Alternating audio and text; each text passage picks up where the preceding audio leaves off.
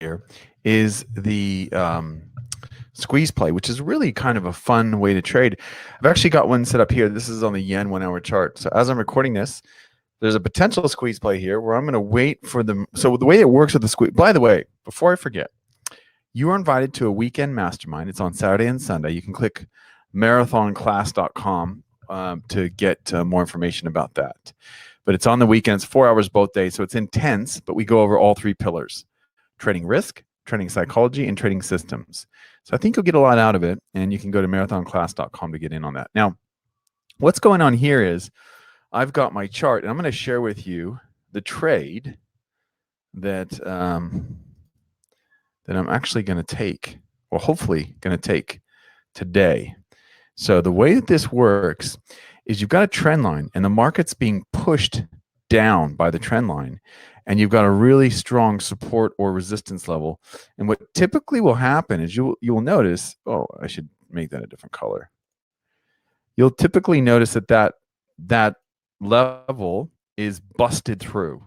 So in this case, the bulls will lose and the bears will win. And I'll sell at 107.77. My stop loss at 108.45. I'm going to target all the way down here at 105.66, which for those of you who are doing quick math, that's 3R, or 3 times the risk. So that's what a squeeze play looks like. There's another one, well, there's plenty here actually, but I'll show you another one, sort of a textbook example of what this looks like on the bullish side. So again, the key here is that you must have two things. Well, three things really.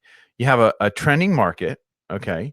You have an established support and resistance level, and then you have a trend line. The trend line wins, the horizontal support resistance loses.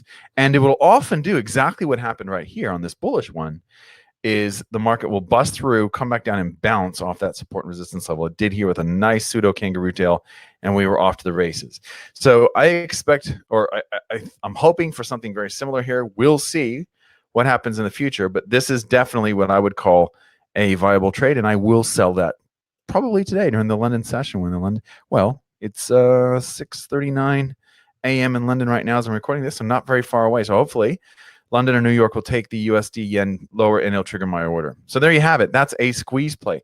Now, the advantages of using a squeeze play strategy is that you can have a pretty tight stop. Like I'm putting my stop above here, but you could also put your stop above one of these swing highs over here.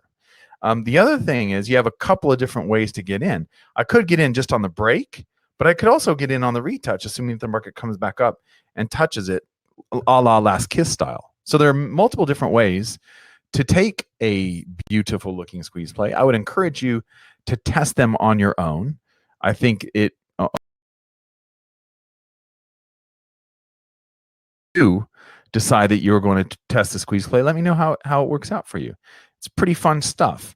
I love trading breakouts and trading with the trend. If you'd like to join us this weekend, go to marathonclass.com. It's completely free. I hope you get a lot out of it. We'll talk a lot about matching up your personality or your beliefs with your trading system in that session. So I think that's on day 1. Yep. So I hope that helps. I wish you happy trading, and we'll see you soon. Take care. Bye.